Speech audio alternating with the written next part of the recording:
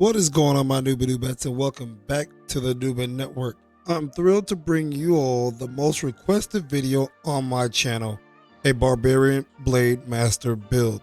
Today I'll show everything you need to know to master the versatile powerhouse from powers, feats to gears, companions, and even the rotation. Whether you're tackling challenging bosses or shredding through waves of enemies, this guide has it all. Let's get it.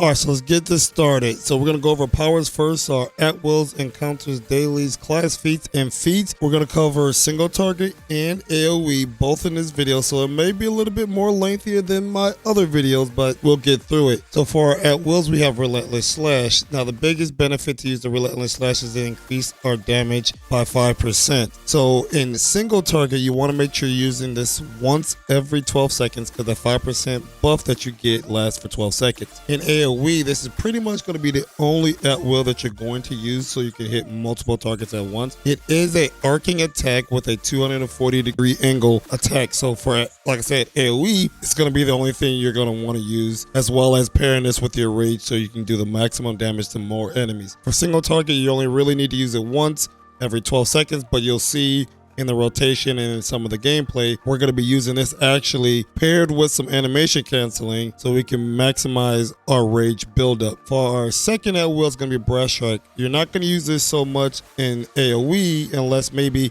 you are fighting some ad groups and you're down to just one enemy, then you can switch over to Brass Strike. But this is more so for a single target, which Brass Strike has that 140 magnitude high damaging attack, so it's pretty bursty for an at will.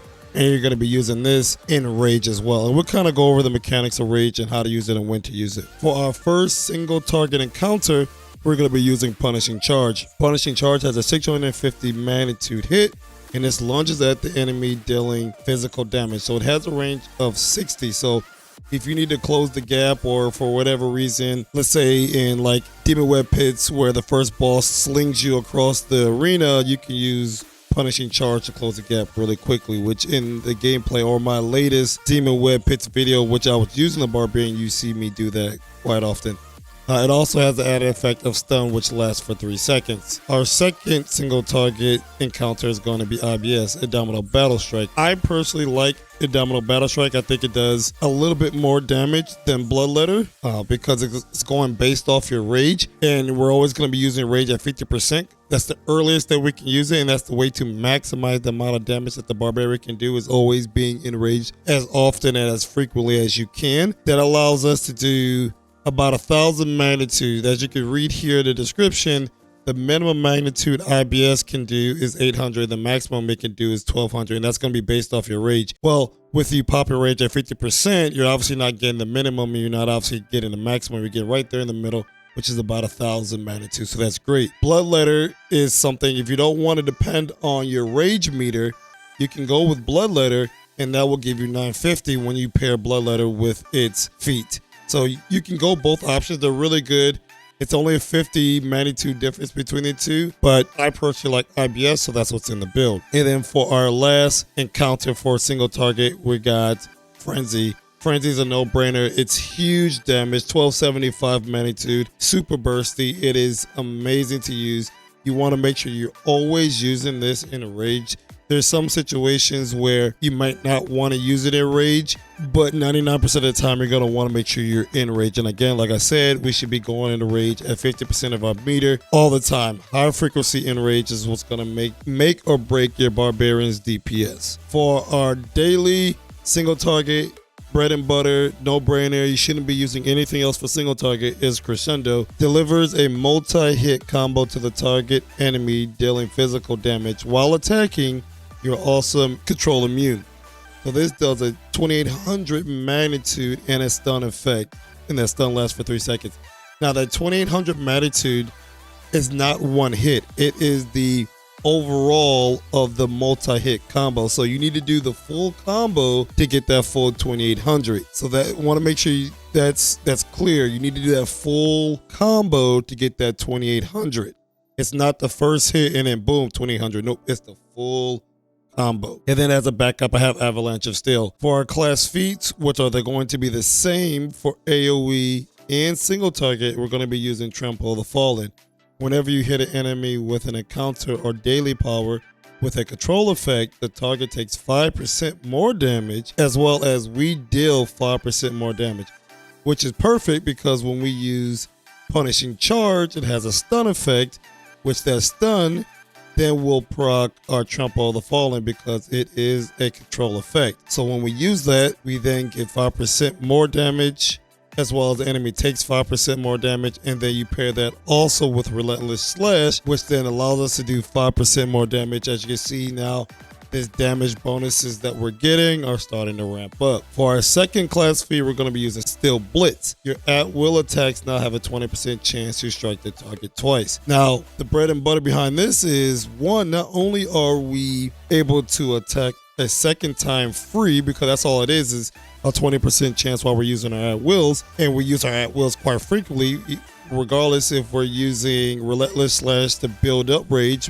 we still have a 20% chance, or we're using Relentless Slash to fight ad groups and AoEs, or if we're using Brass Strikes during Rage, we're using our at-wills quite often. On top of that, that second hit that you do also can build up Rage. So again, here goes a little bit more Rage generation, which then allows us to go into Rage and get more damage. If you're doing big damage, if you're doing your rotations, if you're doing your RD calls, your dailies, whatever, outside of Rage, then you are missing out on a lot of damage. You want to do all of your big hits in Rage. The only thing you really want to use out of Rage, definitely a single target, is Relentless Slash to build up Rage. I can't stress that enough. You're going to use Relentless Slash to build up Rage. Once you're at 50%, you're going to pop your Rage and then go through your rotation. On to the feats. The very first one we're going to use is Relentless Speed. Relentless Slash gains a 15% chance to grant the effect of Relentless Speed for 6 seconds, allowing the use of Not So Fast regardless of the power's cooldown and without triggering a cooldown. So for our single target, this does absolutely nothing for us. However, once we go through all the feats, I will then show you the encounters in the daily, because those are really only that changes for AoE. This is very important for our AoE setup. We'll go over that here in a second. Indomitable Battle Rage. So again, like I said, I use Indomitable Battle Rage IBS. You can use Bloodletter, which just brings Bloodletter up to 650 and has a 3-second cooldown. Totally up to you. They're only about 50 magnitude difference of each other, so you can play around with between the two. If you prefer Bloodletter, use Bloodletter. I'm using Indomitable Battle Strike IBS, so that's what I'm using. This feat as well allows IBS to go up to 1200 magnitude if we go at full Rage. Brutal Critical for our third feat. Whenever you attack, deals critical damage, which it should do critical damage just about every single time. It's not 100%. This allows you to build 3 Rage, which is, again, if you don't know by now, it's very important for your damage. I can't stress it enough. Being in Rage during your rotations is what you want to do. It is what you should be doing. It should be law when you're playing a Barbarian. Be in Rage, get in Rage. For our fourth feat, we're using Steel Slam. Again, doesn't do us any justice because we're not really using Avalanche, which is our kind of backup daily power there. There are the occasions like in Dread Sanctum where the boss does have a bunch of ads. So like final boss in Dread Sanctum, which there's always a crap ton of ads. There could be an argument there to be made to use Avalanche of Steel instead of Crescendo, so that way you can clear the ads and hit the boss, which then this feat does come into play, which then allows you to do 200 magnitude times 5 for 12 seconds to have a slow effect to do kind of area damage to the boss and the ads, kind of for survivability for yourself, but also to clear. Unstoppable Spin. You can use it if you want. When I first started playing Barbarian, that was my kind of AoE daily, but Avalanche of Steel is really a no-brainer. And then for the last feat, which is the most important feat, if you mess up all the other feats, this is the one that you cannot mess up. If you do, you lose huge damage. Is Escalating Rage. Whenever you deal critical damage, which again will have our critical strike capped out, so every hit should almost be critical, you gain a stack of Escalating Rage. When you reach 5 stacks of Escalating Rage, you gain the effect of Rampage for 20 seconds. And you will know when you're when you have your 5 stacks, because your character will actually have this red aura around them, and that lets you know that you're in escalated rage. Or you can look at your buff bar and you can see the escalated rage there. Rampage extends the duration of battle rage by 8 seconds and increases the damage bonus by 25%. You cannot build escalated rage while under the effect of battle rage. So once you get your battle rage, you cannot build it up. You have to come out of it and then build up the 5 stacks again. 5 stacks are super easy. Again, 5 hits, which we should be probably getting with our Relentless Slash, because once we're out of rage, we should be using Relentless Slash again to build our rage back up. You'll have the 5 stacks, and then you'll get the 25% damage bonus increase when you go back into rage to do your rotation. This is why it is extremely important to do all of your big hits, especially your arty calls in rage. All right, for our AoE setup, again, a lot of these don't change. It's really just the encounters. We're still using Relentless Slash, and we're still using Brass Strike. Like I mentioned earlier, Relentless Slash should be really the only one that you're using for that arcing attack, and then pair that with Steel Blitz, allow you to also get that additional hit, 20% chance. That's going to be on each target you hit. It's kind of really a no-brainer. So for the first AoE encounter, we're going to be using Hidden Daggers, which you'll slide backwards and deal projectile damage to enemies in a cone before you. This power has 2 charges, so you can use this twice, right? And I'll kind of explain it here in a second once I finish this. It has a 100 magnitude initial hit. Then it has an added effect. You gain the effect of surprise attack and deal an additional physical damage after your next attack that is not Hidden Dagger for 150. So to break that down, or to simplify that, when you first cast Hidden Daggers, it does a 100 magnitude attack. Now that enemy is primed, so when I go to use Not So Fast on that enemy, and then it will also proc the 150, right, that we primed earlier. So again, Hidden Dagger does an initial hit of 100 magnitude, and then when I use another encounter that's not Hidden Dagger, it then hits them for an additional 150. So that's the important part of Hidden Dagger. It's not, you can't use Hidden Dagger back to back to do it. No, it's got to be Hidden Dagger and a counter, Hidden Dagger and a counter. Essentially giving you 4 encounters, but 2 additional hits. And then for our last encounter is going to be Axe Storm, which deals a 450 magnitude hit, and it has a radius of 10 feet and a range of 50 feet. So the way it should work, and I'm kind of jumping the gun here, but the way your rotation should look, it should be Hidden Dagger and either Not So Fast or Axe Storm. You can go either or. Neither one really matters. I kind of prefer, me personally, prefer to go Hidden Dagger and then Not So Fast, because there's a slow effect. And so then that slow effect allows me to line up my Axe Storm a little bit better. So you'll go Hidden Dagger, Not So Fast, Hidden Dagger, Axe Storm. That's kind of how it should go. Which, when we get to our rotation part, you'll see that. And then for our daily, for our AoE, like I mentioned earlier, we'll be using Avalanche of Steel. This just gives us a nice, huge radius, 30-foot radius to do maximum damage. And, you know, class feats and feats are the same. All right, before we get on to our gear, let's look at our ability score. So as you can see, I'm going all in on Strength and Dex. Strength is going to give me stamina regen and physical damage boosts, which is something that we want. This is really the main reason why we go into Strength. That physical damage boost is what our Barbarian does, is physical damage. So this allows us to do more damage the more strength we have. And then Dex is giving us crit severity and movement speed.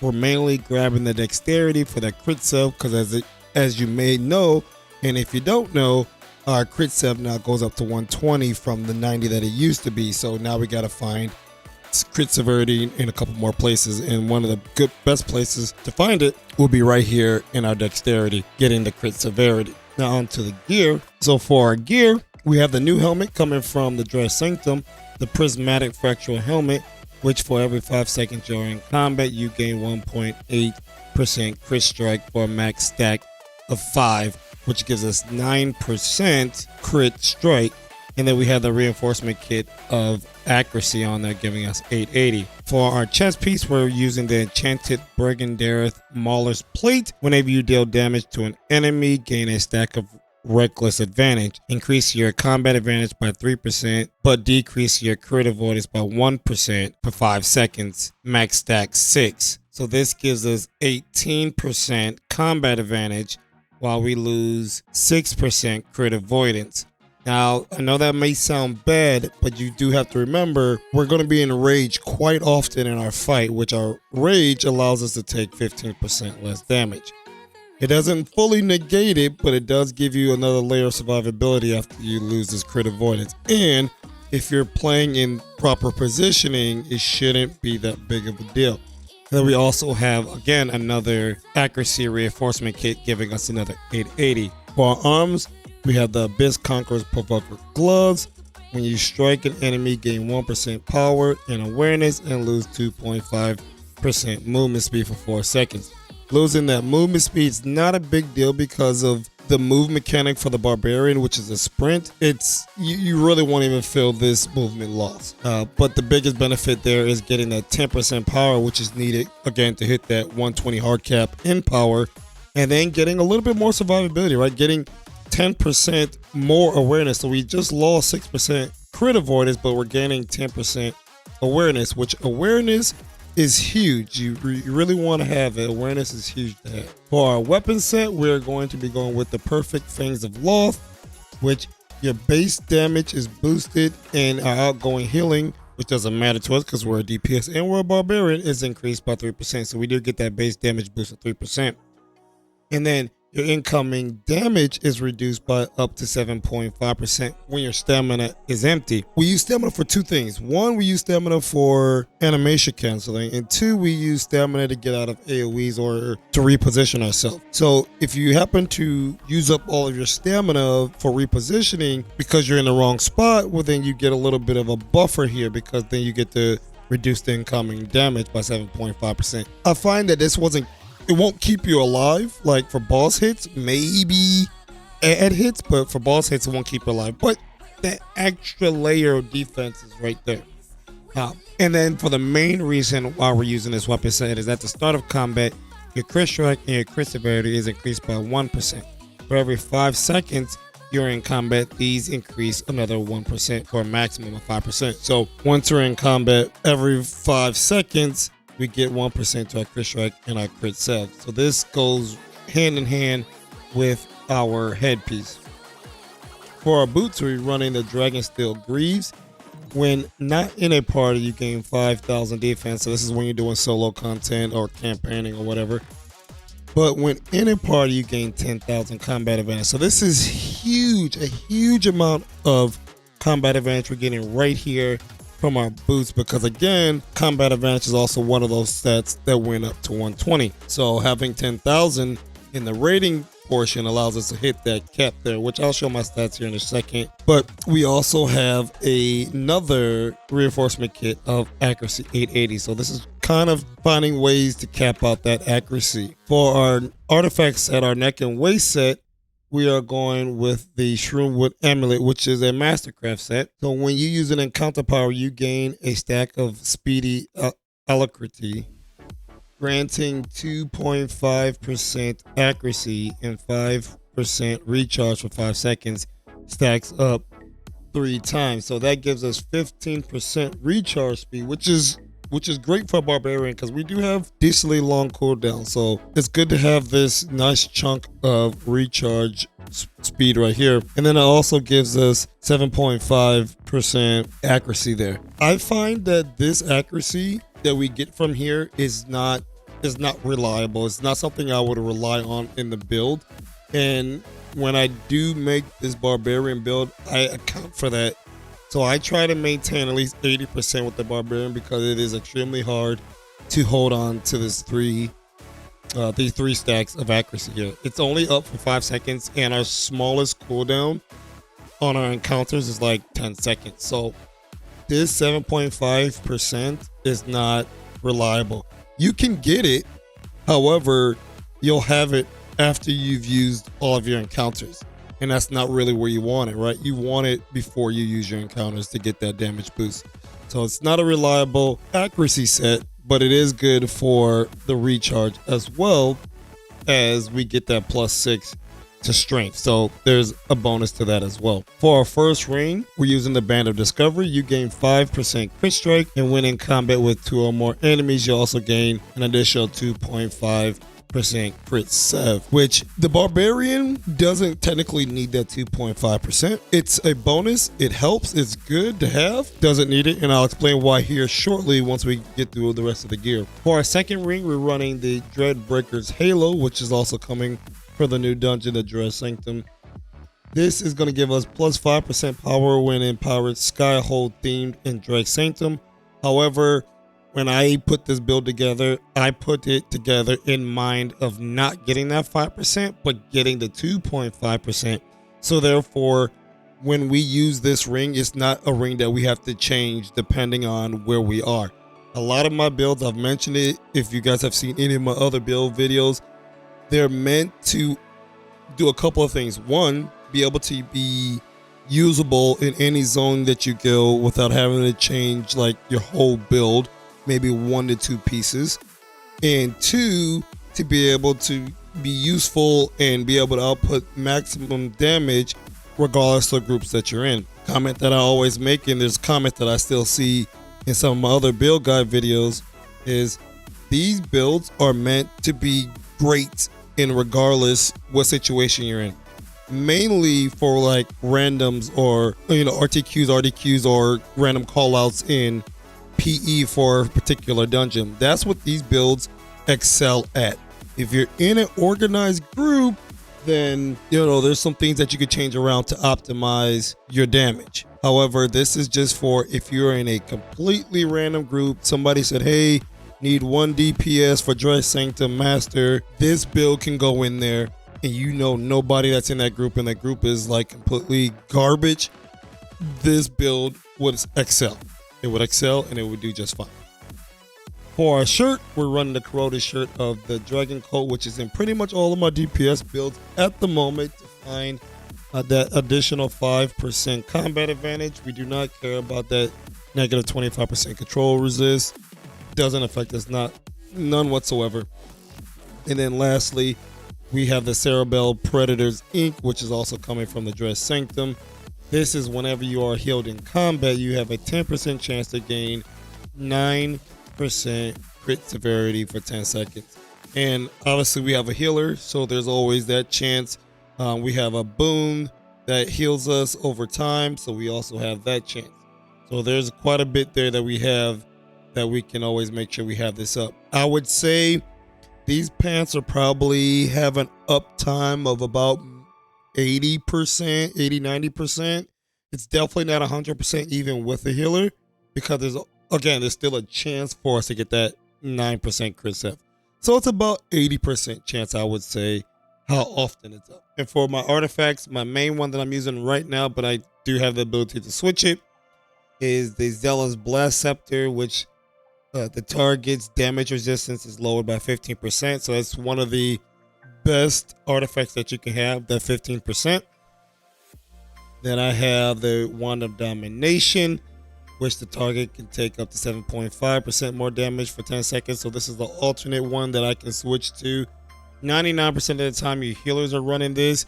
The last group I was in, obviously the healer wasn't running it, so I was able to use the Blast Scepter to help the group out. For our third artifact, I have the Marco's Mystic Marker, which then the target can take 10% damage from all sources. And then for my last one, the Blood Brass Pistol. This one, it's a wonky one, but it's good for a couple of different reasons. One, it's one of the newer, higher item level artifacts, but 2, it's good when you're in Dread Sanctum or Power Skyhold, which then it's a 10% in those zones is the debuff that it gives. Outside of those zones, it becomes a 6% debuff, which if you're in a 5-man dungeon and you're outside of Dread Sanctum, I would not recommend using Blood Brass being your main artifact unless that is the only artifact that you have. So if you have one of the other 7.5s or the other 10%, use that instead of Blood Brass. If you're in a trial, then that's fine because it's one of the 10 different artifacts that you can have. But definitely do not use it in a 5-man dungeon that's not Dread Sanctum, because then your group is losing at minimum 1.5% damage to the group. For enchantments, I'm running 2 garnets and 2 citrines to give me that 2700 power and that 2700 accuracy. For my utility slot, I'm going with a sapphire to give me that 1485 forte. It also gives me 1485 crit control resistance, but not a big deal for me. In the first universal slot, I'm running Rage of Flame to get that plus 5% total damage.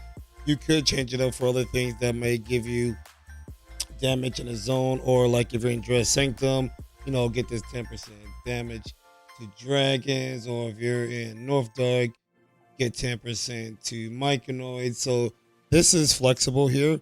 What's not flexible is the second one, which is a Devil's Precision. Again, if you've seen any of my other previous build guide videos, you know that this is there in each one of them, getting that plus 5% crit strike and that plus 5 to accuracy.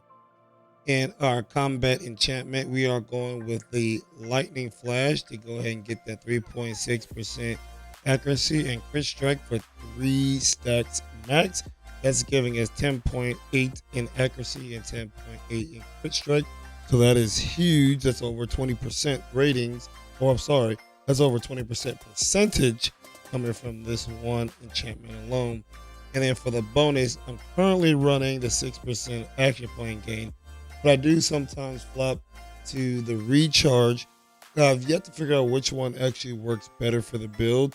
The recharge rate allows you to get more encounters off, which then in turn does allow you to get more action point, which then you don't need the action point one. But I find that this 6% in recharge isn't big enough to actually help that much. So I tend to stick with the 6% to action point bonus. For our consumables, we're using the usual suspects, the Flask of Potency, giving us that 5% crit set for 1800 is the biggest benefit while we're using it. The Watermelon Sorbet to get that 5% power and that 5% accuracy. You've got to have that power there. Another 1800 seconds on that. Ratatouille, which comes from the Stronghold, giving us 20,000 more hit points and 4,000 accuracy. And then last but not least, we do have the Wildstorm Elixir, which gives us another 2,000 crit strike, and crit severity is increased by 5% for 36 seconds. And there's a couple other few things if you wanted to, you know, there's like things like the Dragon Slaying Potion, which gives you 10% more damage to dragons. On the belt item, I'm also running the Awakened Reforgers box, which is giving us a 3% power and a random stat. We're mainly using it for that 3% power, not the random stat, because we can't control that. And then I do have the Epic Wondrous Red Dragon, just giving us another 2% action point gain. And just to take a peek at our boons, so you can go ahead and pause the video here and kind of cross-reference what I have versus what you got. But these are your normal boons that you would have for most situations. A couple of things to note here. This Life Lessons, the last one, rank 3, returns 10% of the damage done per rank back to you as heal over time. This is one of the boons that I was mentioning earlier that will help us proc our pants that give us a 9% crit save. And then for our advanced boons, we have the Master Class giving us that 4% forte, and then Call the Power, which is giving us another 4% action point gain, and then Quick Turnaround giving us another 4% recharge. So those are some of the big notable ones. All the other ones you should kind of have just for overall damage, you know, power, hit points, things like that, movement speed. For a Stronghold, we're running power in an offensive slot. We are running defense in the defensive slot. And then obviously we are running the Revive Sickness in the utility slot. All right, so the companions is one of the biggest sections. This is where you're going to get majority of all of your percentage, where you're going to get all of the caps for your stats.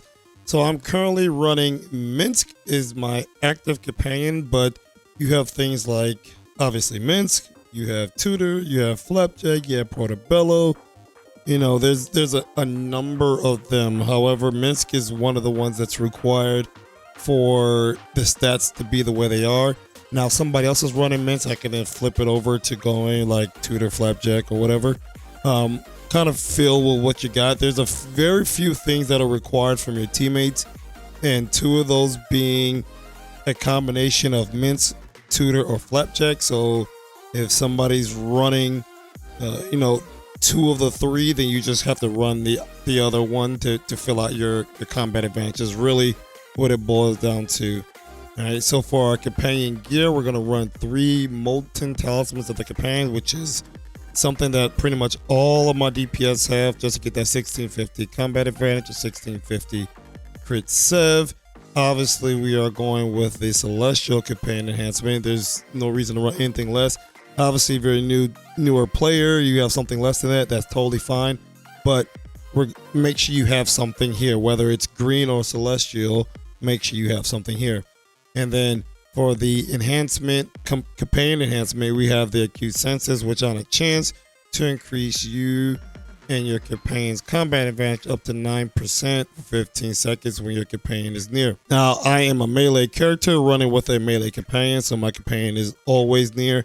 I don't really think the near factor matters. Like, even if I had a Flapjack, which is a ranged companion, I would still get it. But just something to note there. For our bonuses, our slotted companions, we're going to be running in our defensive slot the Fade Panther's Presence, giving us 4.5% accuracy and 4.5% combat advantage. In the offensive power slot, we're running with the Raptor's Instinct, giving us that 4.5% power for every member in our team. That's a total of 22.5, but to you, you know, you're already getting the 1 stack, so it's going to just be an additional when you're in a group 18%. For our universal slot, when you're in single target fighting a boss, you're going to want to go with Terry's Wisdom. And then if you're in AoE situation or just, you know, traveling between boss to boss, you're going to want to switch it over to the Neverwinter's Night, giving you 7.5% outgoing damage to all targets. Now, there's an argument for some dungeons like Dress Sanctum, where the boss is surrounded by more ads than there is boss, obviously, and they're up 100% of the time pretty much. You could go Neverwinter's Night instead of going to Batiri in those boss fights just to have more damage to ads. That's totally up to you. Depends on your playstyle, how you feel about it. However, I run Batiri in the boss fights and then Neverwinter Night during ads. And then in our second universal slot, we're going with the Dark Dealings, which is giving us another 4.5% combat advantage and another 4.5% accuracy. And lastly, in a utility slot, we're going with the Alchemist, giving us 4.5% crit strike and 4.5% combat advantage. For our mounts, we're running the Bigsby's Hands, which does benefit from being on a physical user, because that's what our Barbarian is, a physical user. The Bigsby Hand does a 2250 Manitou hit, and then on enemies that are control immune, i.e. being like bosses, that does an additional 450, and it applies a stun. Granted, we're using it on bosses, it's not going to apply a stun, but if you use it on ads for whatever reason, you can stun them for 3 seconds. And then for our combat equip bonus, we're running with rapid accuracy, giving us 4,500 accuracy. Now, granted, if you're running in an organized group, more than likely your DPS should be running Pack Tactics, which you can stack the Pack Tactics and you can get just under 4,000 accuracy and under 4,000 combat advantage.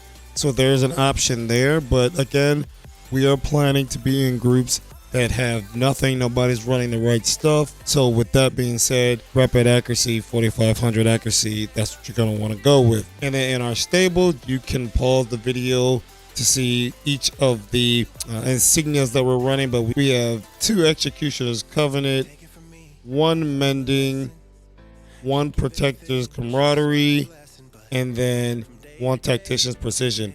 Now, I know a lot of people like to use 2 Tactician's Precisions, but I have found out going through the rotation, 1 is actually plenty.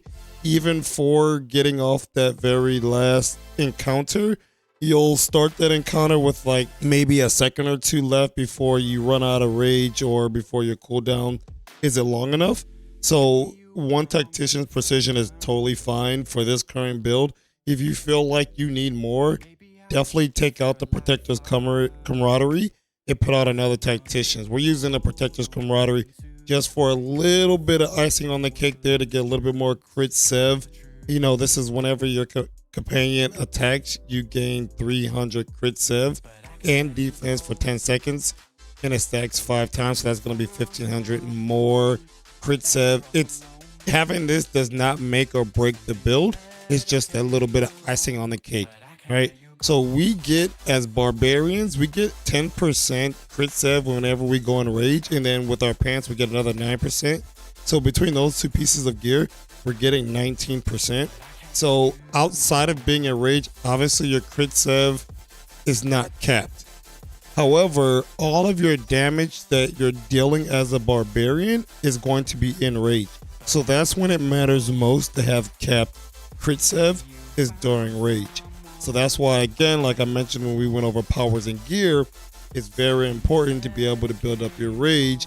So when it's time to do like an arty call, or you're doing your rotations in the middle of fighting, you have those stats capped, and you can do that by having your rage. So in combat, with all of your companions, all of your gear procced, all the consumables taken, and all of the buffs from companions and mounts and whatnot, these are the numbers that you can be looking to expect to hit in combat. The only one out of all these stats that is not reliable, like I said, is accuracy, just due to the fact of you gain the accuracy after all the damage is done and not when you need it the most. So I would really say expect to have all these numbers and then have your accuracy really at about 80% at most. Okay, so now for our rotation, right? We obviously going to start off with using a Relentless Strike to build up our rage as well as to get our escalating rage.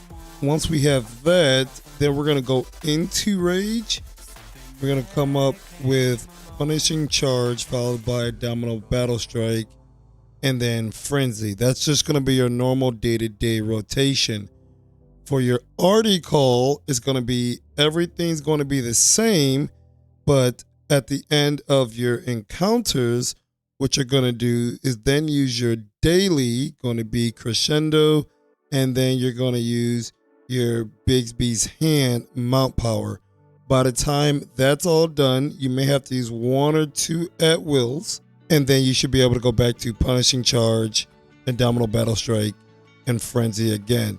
And make sure in between, when you do use that 1 or 2 at wills, it's Relentless Slash, so you can then reapply that damage buff that you get for your remainder attacks. So let's see how that looks. We'll first start off with our just average at will, or our average rotation, right? Just build up our rage here. Once we hit that 50%, we'll go into rage, Punishing Charge, IBS, Frenzy, and then we'll just finish up with Brass Strike. Okay, that's all that your normal rotation is going to be.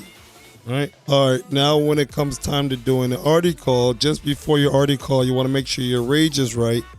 I tend to like to make sure my rage is full right before your arty call, if you know when the arty call is going to happen. So that's what I'm going to show. So you're going to build up your rage. Usually you wouldn't be starting from 0. You would have had something built up by now. But you'll have your rage up, right? You'll go Artifact, Rage, Punishing Charge, IBS, Frenzy, Daily, Mount Power, Relentless Strike, Punishing Charge again, IBS, couple of at wills, and then Frenzy. And all of that was inside of the time. All right, and now for your AoE rotation, what you're going to do is you're going to start with Hidden Daggers and then either go Not So Fast or Axe Storm, either or, and then go Hidden Daggers and then use whichever one that you didn't use, and then go to rage, and then finish off with relentless slash. So that looks like hidden daggers, not so fast, hidden daggers, axe storm, rage, and then relentless slash to finish off. That's what it looks like.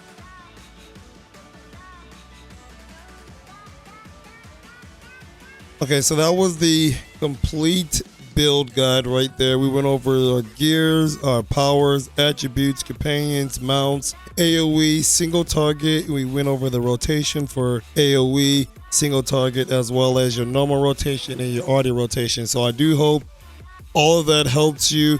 If you do find it helpful, definitely please leave a comment. Let me know, did you learn something or did you not learn something, or how helpful it was or wasn't. And also leave a like and subscribe to the channel for more build guides. Thank you for tuning in. I've been your host, Neverwinter, and I'll catch you in the next one. If you missed the last episode in this series, you can catch up right here in the top left. Check out the playlist in the bottom left for all the videos in this series. My latest adventure is in the top right. I had a lot of fun recording it, and I think you might like it too. And YouTube has handpicked a video for you in the bottom right. I'm curious to know what it is, so check it out and let me know if they chose wisely. If you like this video, please give it a thumbs up and subscribe. Thank you for tuning in to the Neverwinter Network. I'm Neverwinter, and I'll see you in the next one.